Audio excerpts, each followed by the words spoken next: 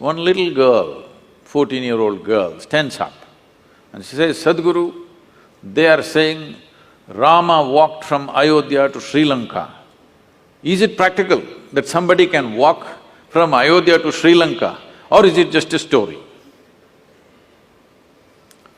Then I look at her and say, see, you are still a young girl. After a few years, you will find a man.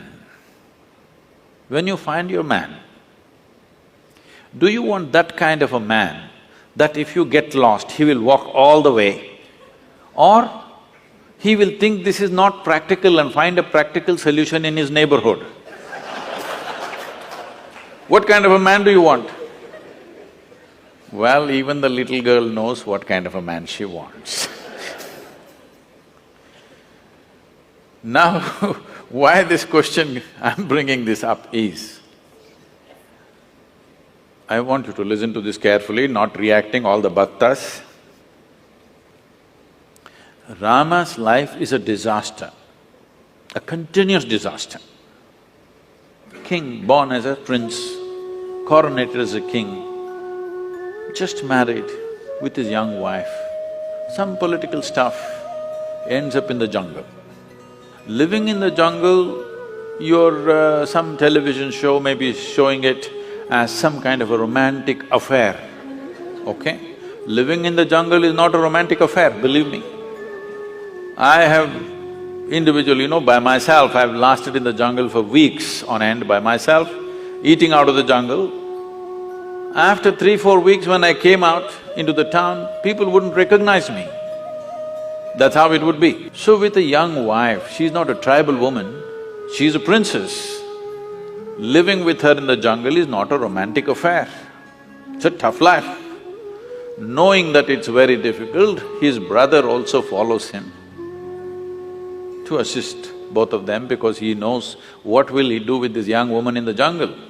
Then as if that was not enough, his wife gets kidnapped, Sri Lanka. And then, because the wife means so much to him, he walks all the way, despondent, not a nice trek, not knowing whether she is alive or dead or what has happened to her. He walks down all the way, builds up a Tamil army, goes across, burns down a beautiful city, kills many people, gets back his wife, goes home. Now the wife is pregnant, no sonogram. So he doesn't know whether it's a boy or a girl or boys or girls or what.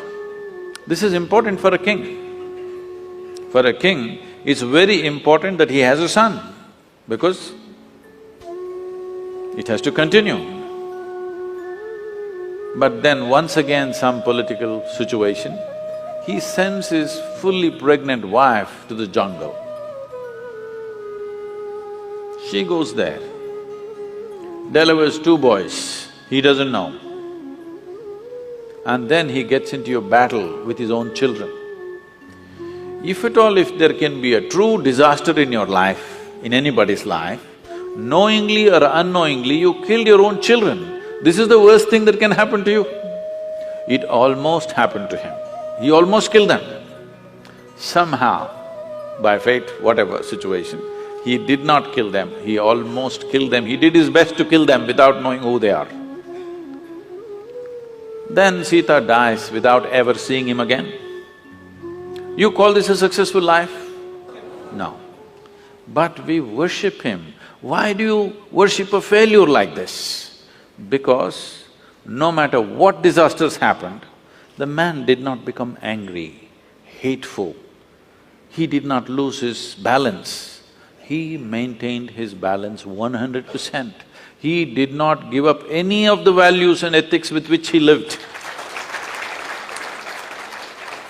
A continuous disaster, a serial disaster he is, but unmoved, untouched. It is this quality that we are bowing down to.